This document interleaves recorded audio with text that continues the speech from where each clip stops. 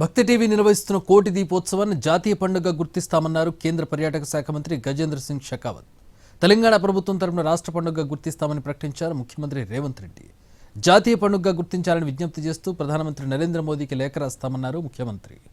I request the government of the day in Telangana and recommend to the government of India to give recognition to this festival, this beautifully crafted festival, as a national festival and international festival. I assure all of you that whatever is to be done to make this festival a national festival, whenever we'll get the recommendation from the state government, we'll do whatever is to be done. I assure all of you.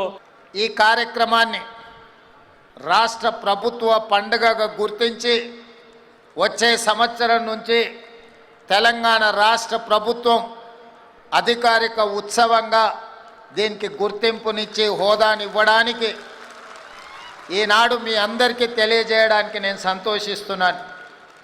ఇదే కాదు, దీన్ని జాతీయ పండుగగా గుర్తించాలి.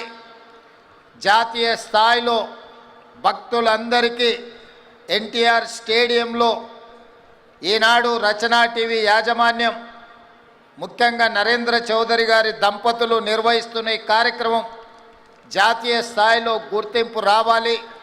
కేంద్ర ప్రభుత్వం కూడా జాతీయ పండుగగా గుర్తింపునివ్వాలి అని తెలంగాణ రాష్ట్ర ప్రభుత్వం తరఫున దేశ ప్రధానమంత్రి నరేంద్ర మోడీ గారికి లేఖ రాయడం జరుగుతుందని చెప్తే భక్తులందరికీ నేను తెలియజేస్తున్నాను.